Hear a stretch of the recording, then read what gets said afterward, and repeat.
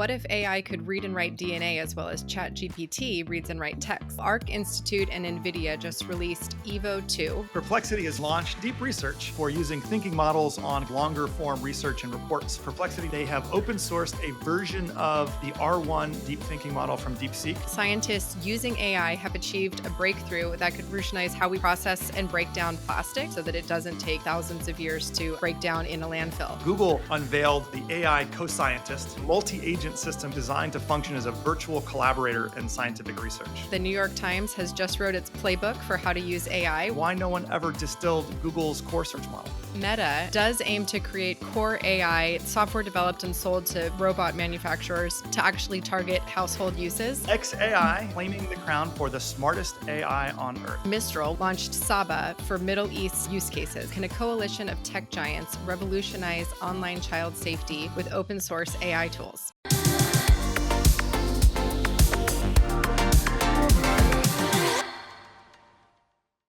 Welcome back to What the AI, where we decode the latest developments in the land of artificial intelligence. I'm Jeff Keltner. And I'm Annie Delgado. Hey, Jeff, how's it going? Good, how you doing? How's your week? It's been pretty great. Can't complain. It's ski week, so my kids are off school. How about you? Did you guys enjoy a week off of school? We do not, I don't understand. Ski week sounds great. I want a ski week, but our kids do not have ski week. They've been in school. They've been working hard, staying up late, doing their homework. No ski week for my kids. Well, that's the trade. If you get to go to Joshua Tree for science camp, then you don't get ski week. But if you're my kids, then you come to Joshua Tree for ski week. So we're actually down in your neck of the woods. We spent the week in Palm Springs, did some time in Joshua Tree and a lot of time by the pool. So we're not exactly skiing. No, Joshua Tree is kind of the opposite of skiing, though it gets cold overnight. I will say in Joshua Tree, it's a desert, a high desert. So it's chilly in the evening, but that's nice. Ski week, I don't know when that became a thing. There definitely was no ski weeks when I was growing up anywhere. So it seems like the kids, I have many moments where I just go, I really want to be reincarnated as my children. They seem to have a really nice life. And ski week is going to have to go on the list of things that I want to be reincarnated as a child of the 2020s, because that seems like a pretty nice deal. I think it might have been a factor of where you grew up. I had ski week, and you and I are not that different in age. So if you grew up in No. California, you get ski week. So Tennessee, nowhere to ski in Tennessee, I guess. That is a problem. no ski Nowhere to week in Tennessee. So All right, well, let's get into the AI radar. And we're going to start this week with a listener question. First ever Ooh. listener question. That's so exciting. We had a listener who wrote in after last week's discussion of distillation of LLMs and asking why no one ever distilled Google's core search model, which I thought was a really interesting question. That is a great question. And did you already have an answer on this, or did you have to do some research and think pretty deeply about it? But both, and I mean, I had a working assumption when I saw this question. Like, here's kind of what I think probably is why. I had to think about it for a little bit, and then I went to ChatGPT and Perplexity, deep research, and asked them all, and they came back with pretty similar answers to mine. So I thought it was a really interesting question because Google's core search model is probably arguably has been AI leveraging some of the same machine learning and neural network techniques as LLMs for many years. So Forever, it's a yeah. great question. And I came up with kind of three fundamental reasons I think it didn't happen. Number one, LLMs are really one single model, right? With a pretty simple input, a bunch of text, and a pretty simple output, which is what's the most likely next word or a set of likely possible next words. Google's core search model is a lot more complex than that. It's actually multiple models. There's like a spam model and a page rank model and a personalization model. And so it's much harder to understand what the inputs to the model are and what the output of the model is. That's not really available the same way you can get an answer to a question from an AI. And you certainly can't distill, like, give me training data for a Google search model in a Google search itself, which is kind of what you can do. Like, give me a concise explanation of X, or give me something. So you can prompt the LLM to generate training data in a way you probably can't for Google. So that was my first. It's a complex system of multiple models, and the inputs and outputs are a bit opaque and not as simple as the LLM in a way you could distill. The second reason I thought was that there's a decent portion. I saw estimates of up to 30% of the inputs to the ranking algorithm are actually personalized to the user. Your search history, your location, your interests, things it's learned about you. And that's data that's, no matter what you do, is unavailable to anybody trying to distill the Google model. You just can't find out what Google knows about Annie, what's in Jeff's search history. That's not going to be available. So that's going to be hard.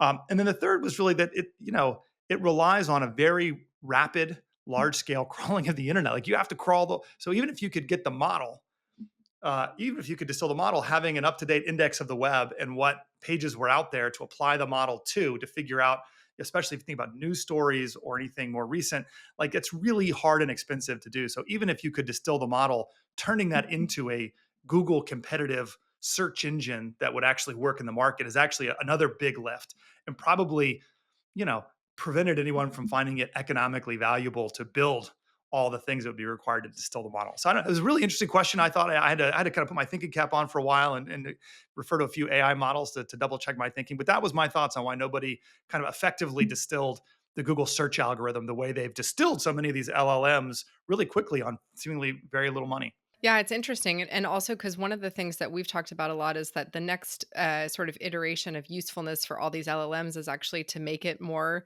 Google-esque in terms of the personalization, right? That they'll be much more useful to people when they are more like Google because they have your personal information and then the output is more tailored to you. So that'll be interesting to sort of see where that goes. But the lesson about sort of I kind of laughed a little bit when you said LLMs are just one simple model. They're actually one very complex model, but Google has a series of models, and so really being able to separate yourself from the competition versus what we're seeing from some of the foundation model LLMs is that they're putting all of their content out sort of more open source. So it's really interesting difference of approaches that we've seen as well. Yeah, and we'll talk about some sophisticated multi-agent models later. I should say I don't think LLMs themselves are simple, but the input and output modes of them, a bunch of text coming in, a single word coming out, is a pretty simple construct for you to try and replicate. Where I don't think people know what goes into Google's algorithm exactly. I mean, it's easy to say search query list of sites, but it's the actual model is not that. It's a whole bunch of things that take that search query and turn it into things, and then information about the web pages that they have feature engineered that you can't really intuit, I think, the same way an LLM can kind of learn the weights of the internal ranking of the model. So I think it's a quite different problem to try and reverse engineer that model. Yeah, for sure. Well, what else you got for us in AI radar this week, Jeff? Speaking of building models quickly, do you remember when it took years to build a leading model? I do. XAI, Elon Musk's AI company, just did it in 19 months, and they're claiming the crown for the smartest AI on Earth. That's pretty big. How'd they get that crown? Is it self-appointed or does there It's actually not quite data self-appointed. backing that So up? so they've launched Grok 3, what they've described. They've self-anointed it the smartest AI on Earth, but it did on some of the various AIM, GPQA, live coding, a couple of different benchmarks. And there's a place called Chatbot Arena that kind of ranks across multiple benchmarks.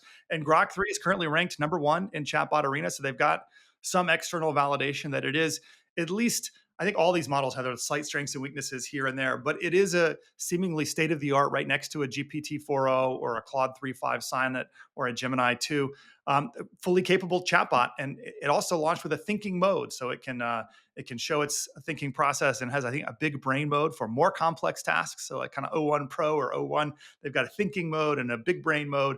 But, you know, pretty remarkable to me that in a period of less than 2 years, they could go from concept. Now, obviously, concept with a lot of money and access to some GPUs, reportedly 200,000 H100 GPUs in the big supercomputing cluster they built. But it's still kind of remarkable that you could take some smart engineers and a good amount of money and in 19 months have a state of the art LLM. I don't think a year ago anybody would have believed that to be true. So I think a pretty impressive cycle time.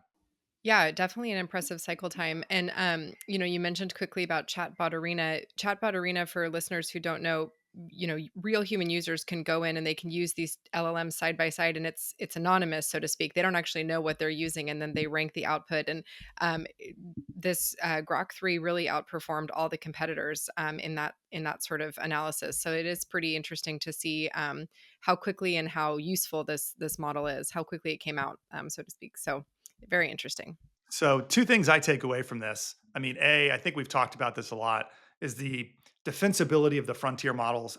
Is ChatGPT going to be able to differentiate at a model level and really move away from competitors? It just seems increasingly clear that that's not a viable path. There are ways to differentiate, but I think just having the best model and saying, "Oh, nobody can build a model as good as mine," it just doesn't feel like that's going to be the thing that allows anybody to build a defensible moat in this space. And I think the other one that's interesting is how I use Grok. So I use Grok. I'm a Grok user on occasion. I use it almost exclusively in the context of X. So if I'm reading an X post and I go, I don't understand that concept. Can you give me some background on this story that I'm reading? Whatever, I'll use it there. But I don't ever go to Grok to like ask a question. I would go to Perplexity or ChatGPT. And I think that's really interesting in that it points to the value may accrue to the companies that are able to have the distribution, the access to the users, and the place to put the model more than the best model. Because I'm not sure I use Grok and X because Grok is better at interpreting X posts than ChatGPT. It's just like a button next to the post, and I can press it and get it explained. And so I'm using it in that context. And it's I think probably a good model for how these companies are going to compete is how do I get users to end up at my service? How can I place it in the places where they're using it versus do I have a model that's better or worse in some meaningful way? I think that ship seems to have sailed. Yeah. I did not get to do a ton of deep research on how they've implemented safety protocols because, unlike some of the other models we've talked about, I don't think they've made it public. But there is a fair bit of discussion that there's actually been a significant investment to have, integrity of information, accuracy of information, and even some users complaining on the chatbot arena that the sort of guardrails around certain sort of ethical issues are maybe too stringent. So that is interesting to see as well. That even coming out of X, there's clearly a big investment in the sort of safety protocols. It's interesting. It'll be interesting to see how they weigh the safety debate versus others, because I think they are clearly, from a leadership point of view, less worried about some of the I don't know if ethical is the right word, but cultural considerations, the things that led Gemini to have, senators from the 1800s show up as Asian American or African American. But they're much more interested, seemingly, in getting to the truth and really identifying the core truth of what's happening and preventing misinformation or kind of spamming of the bots from being able to kind of distract from what they think the underlying reality is. And so it's a similar vein, right? Of what am I trying to optimize for outside of just purely model training, but it is a little different, I think, even if you consider it safety, and I would, or ethics or alignment, it's got a different angle on it, right? Which is a little bit more like pure truth seeking. I'm willing to offend. I don't care about offending. I don't care about people not liking what I say, but I want it to be right.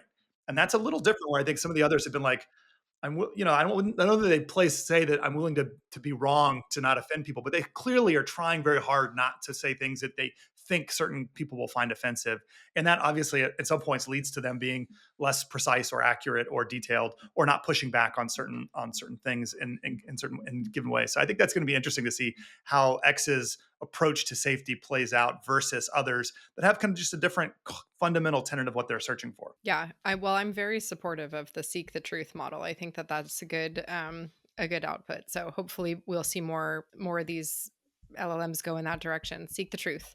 Seek the truth. I like that. Yeah. So, Jeff, what if AI could read and write DNA as well as ChatGPT reads and write texts?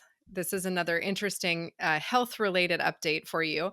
So, Arc Institute and NVIDIA just released Evo 2, which is an upgrade to its Genome Foundation AI model, trained on over 9 trillion DNA building blocks from 128,000 species, making this the largest AI system for biological research and design. So, super interesting. Again, we've talked about before, huge, huge, huge data set, and a lot of practical applications that could come out of this. This type of model where you could see DNA used to predict how a disease might progress or a bacteria might progress. You can predict what sorts of drug therapies might be useful in slowing this spread of disease or preventing it in the first place. So really interesting to see this come out, and hopefully going to be something that can be put to good use in the future. This one was fascinating to me. First of all, I feel like 128,000 species is kind of like when people say there's 200 countries. Like, I don't know what they are, but that seems like a big number. Like I try and go through all the countries I know, and I go, I'm short of 200 by line. I'm way short of 128,000 species. So, Yeah. those numbers kind of blow my mind.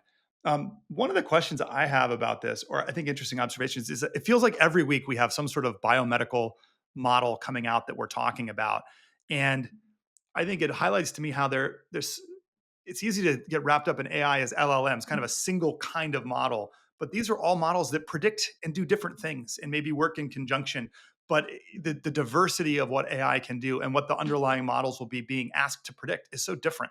So, and it always surprised me, like, how can there be this many foundational models in bio? Like, isn't there just one? People think just one, like, it's going to be GPT-5. And here, I feel like every week there's a new biomedical foundational model being released that's really important and different than the last one. Well, it turns out, I mean, these types of questions that these models are getting at are just highly complicated, and just like you mentioned, the 128,000 species, and you think about the complexity of genetic diversity and DNA. That's a huge sort of amount of information to process. So you can't really picture that there would be a one size fits all model that could do it. They have to be sort of highly specialized. And this particular Evo 2 seems to be pretty promising. So it achieved 90% accuracy in predicting cancer causing gene mutations during its testing, which is again a huge sort of uplift from the status quo. So this is pretty amazing to see in the healthcare space. And even more exciting, I believe they made it freely available. So lots of Yes. researchers getting access to the model. Yes. All right. Well, let's move on. Next story. I'm going to ask you, what's better than two companies with launching products named Deep Research? What's better? Three companies launching products named Deep Research. Perplexity has followed in the footsteps of Google and OpenAI and launched a product called Deep Research for using thinking models on kind of longer form research and reports for topics and questions. I found this kind of amusing. Everybody, real lack of naming creativity in the valley right now. Deep Research, Deep Research, Deep Research. We just go with what it is. It's like a feature name now. It's like having a spam filter. We have a Deep Research feature too. I know I mean, you've complained about product naming before, but literally just using other people's product naming is not so great. But now we have three. Okay, third time's a charm. It is kind of. I just kind of thought of it. It's kind of like a feature. Like nobody calls their spam filter something different because you know what it is. Everybody's got a spam. You need a spam filter. You need a compose function. You know, whatever. You need a signature in your email. It's the same thing. And so now Deep Research isn't a product. It's just a feature you turn on and off, and everybody's got one. This tool excelled on humanity's last exam. Got 21.1%, getting better than Gemini thinking and Grok 2. Fell short of OpenAI's 26.6 with their thinking models. It seems to be a good model. I mean, these deep research models that do a little bit more of researching the web and kind of do a thought process through answering a question.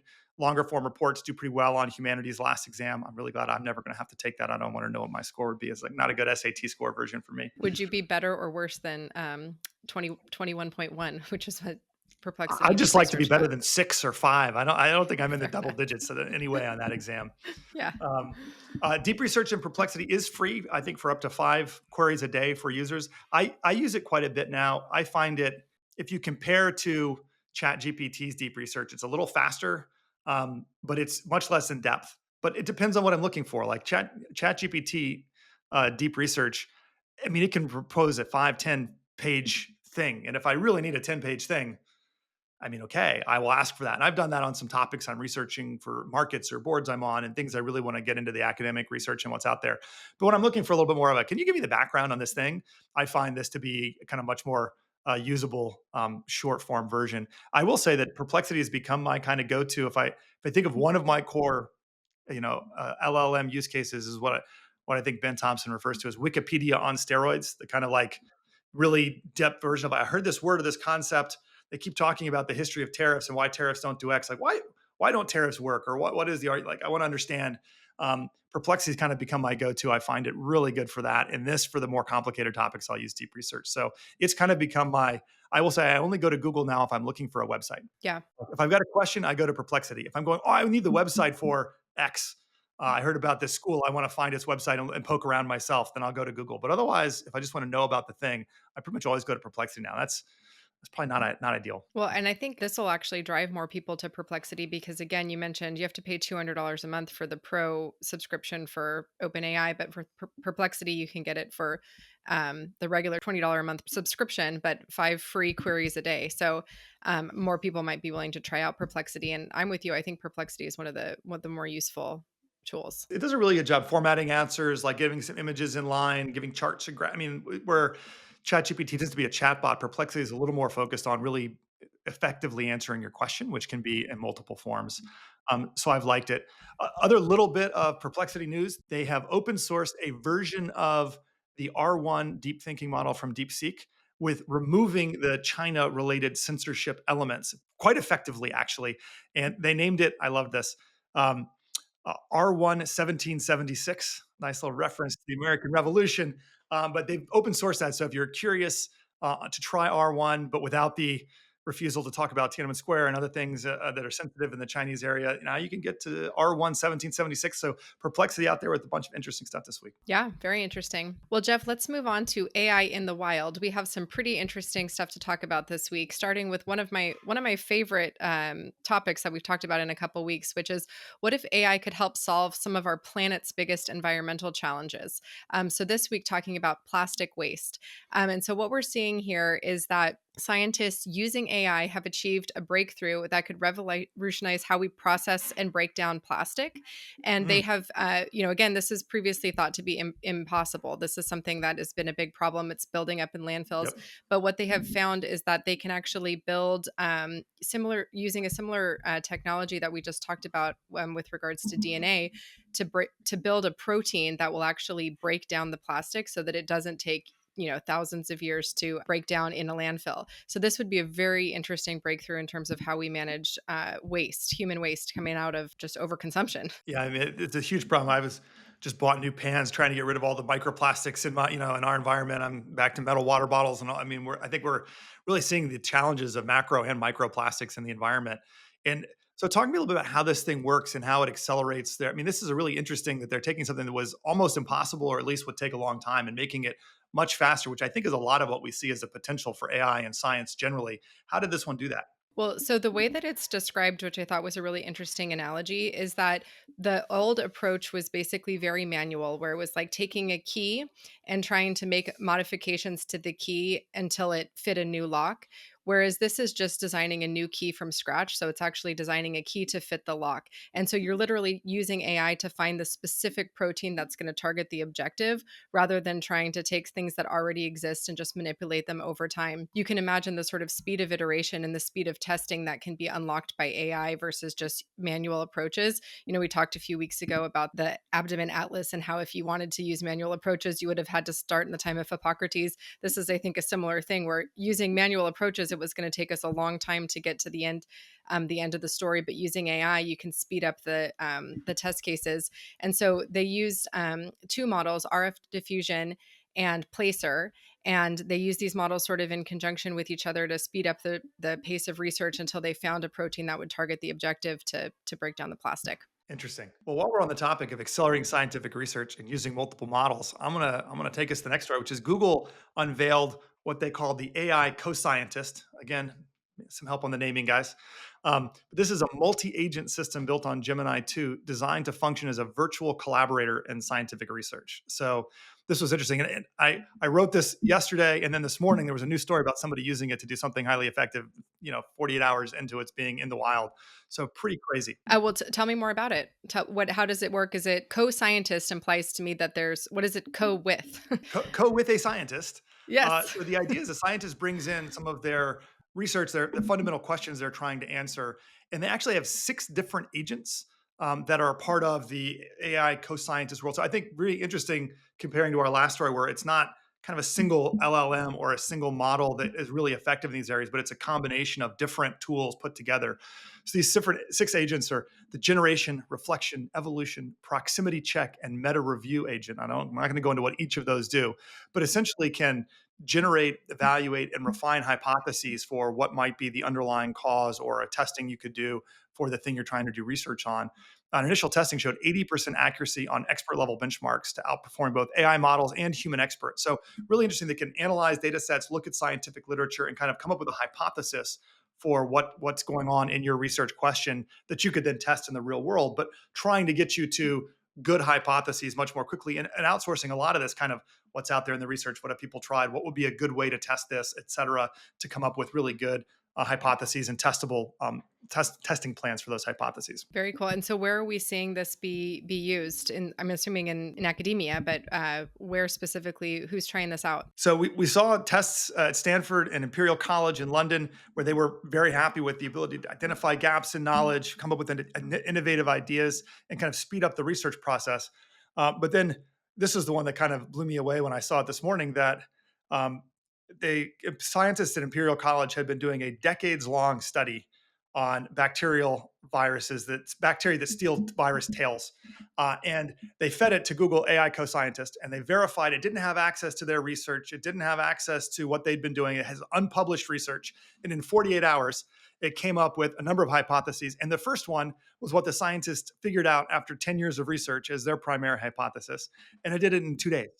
And so, kind of unbelievable. They were saying, here's a thing we've been working on for a decade. We haven't published our results. What do you think, AI co scientist? What would you test? What's your hypothesis of what might be the mechanism here? And in 48 hours, it does a decade's worth of research, which is just kind of unbelievable. That is unbelievable. Well, Jeff, so switching gears, actually, quite a shift from the medical field and the science field to AI and journalism. So the newspaper of record, the New York Times, has just wrote its playbook for how to use AI, which is Mm. pretty interesting because I think a lot of these publications have been Pretty skeptical. pretty skeptical of AI and pretty frustrated by AI taking their content and sort of using it without permission. But so the New York Times has actually come out and said that they are embracing AI technology.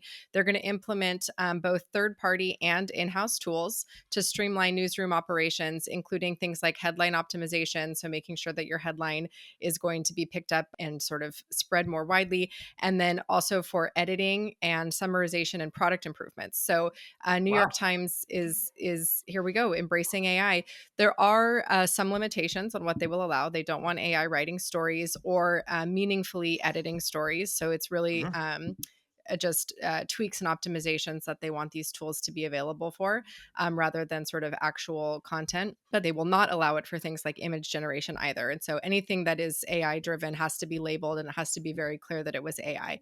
But so that's pretty interesting to see coming out of the New York Times. Yeah, I mean, it just tells you if you're not getting ahead of how you enable your people to at least getting started with these tools. I mean, A, they're doing it. If you're trying to stop them, good luck, but they're doing it.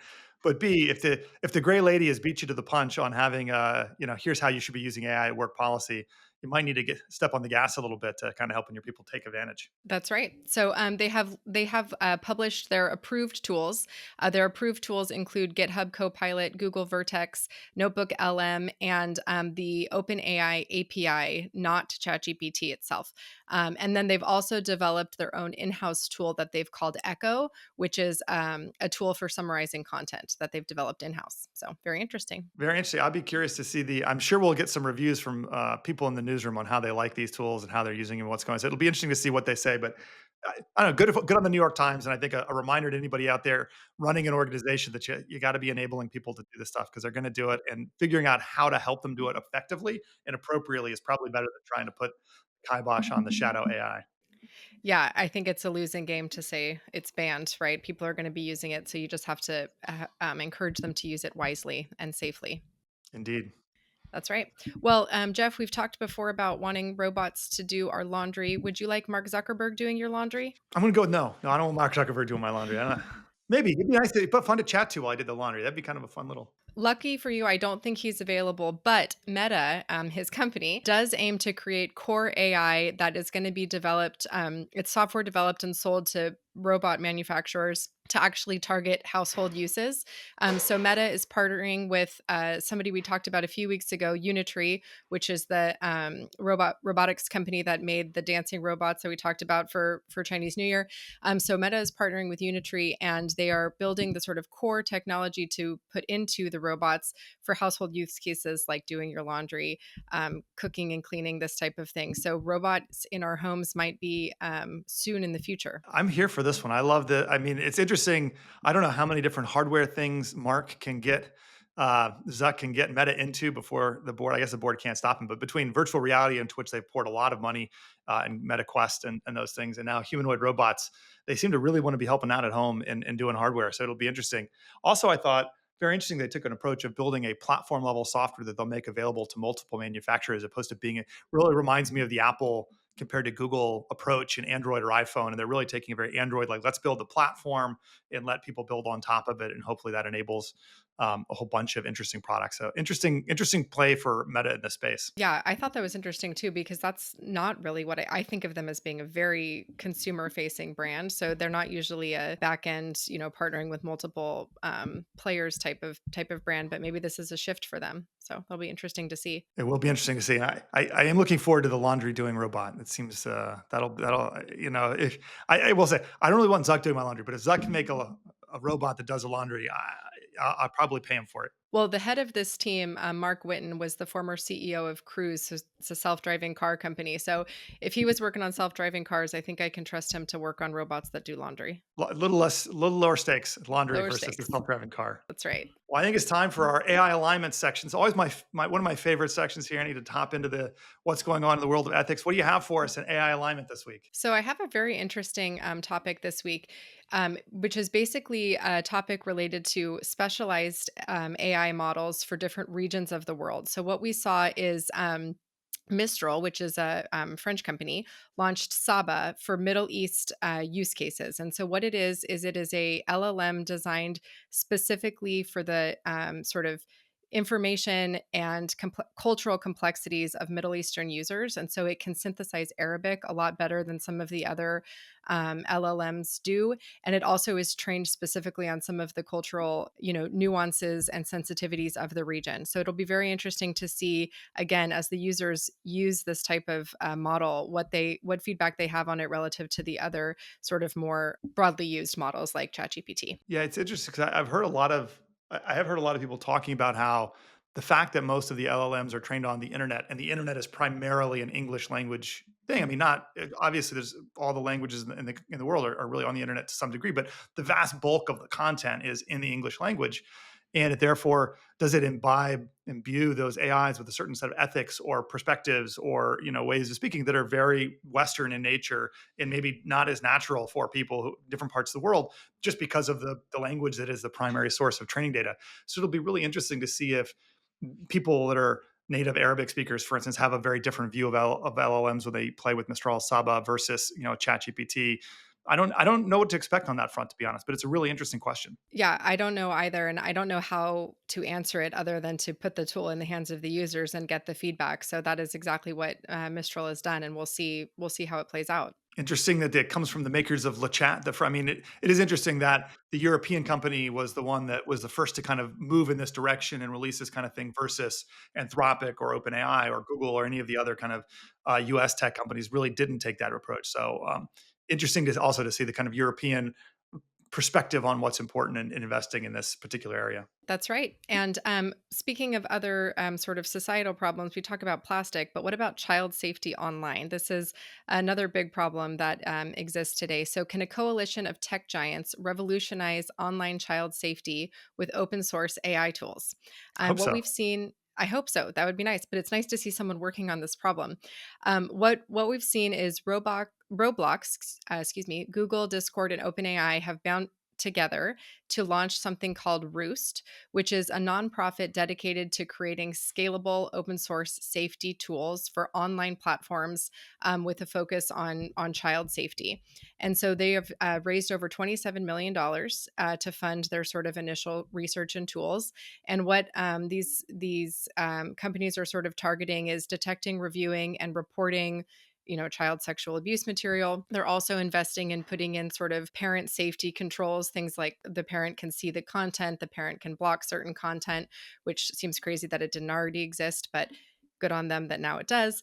And then, of course, just detecting sort of the age of the user, which actually is mind blowing that we don't already do it right now. You put in your birthday and that's your age, but now these AI tools can actually predict your age and they can tailor the content and make sure that it's safe for you. So, really interesting to see them sort of go in this direction. And I'm as a parent of two young men, very very glad to see it. Yeah, you're not suggesting any that people lie about their age, that kids lie about their age to get into Oh, tools they're not supposed to have access to. That wouldn't definitely not. It never happened. This was really interesting to me for I would say two reasons. One, like Roblox, Google, Discord, like OpenAI, like Discord. These are not always as the companies that I would have thought of being at the forefront of child safety. So really interesting to see them hopping in. And then the open source nature of that is really fascinating. Sometimes the people have been very secretive about how they do some of their safety tools. There's a little bit of an arms race worry that like if the bad guys know what you're doing and the way they'll get around distributing inappropriate content. They'll know what's happening. But I mean, the world of security has kind of relied on open source for a long time. A lot of the foundational security technologies are open source, and you find that they are tend to be more robust when they're more widely reviewed. And so I think it's a pretty exciting development actually to have a set of an organization dedicated to open source tools in this space that can be used broadly, and hopefully they become pretty robust. I'm excited. Me too. I think this is a good step forward. So It's a good step forward and a great place to end it for the week. So we will leave it here and then we'll pick up next week. Annie, I'll see you next week. I'll see you next week, Jeff. Ready to expand your AI knowledge? Want to become the go-to AI expert in your organization? Take the next step with Upstart's AI certification for financial services. This comprehensive course simplifies the fundamentals of artificial intelligence for financial services professionals. Both the course and this podcast are brought to you by Upstart, whose leading AI lending marketplace connects millions of consumers to banks and credit unions that leverage Upstart's AI technology to deliver superior credit products, from personal loans to auto loans to home equity lines of credit. If you learned something useful this week, hit subscribe on YouTube or leave us a rating on iTunes or Spotify. Your support can help others discover What the AI. And finally, share your biggest AI questions and insights with us at email@whattheai.fm. We really do read every message, and we do our best to cover them all on the show.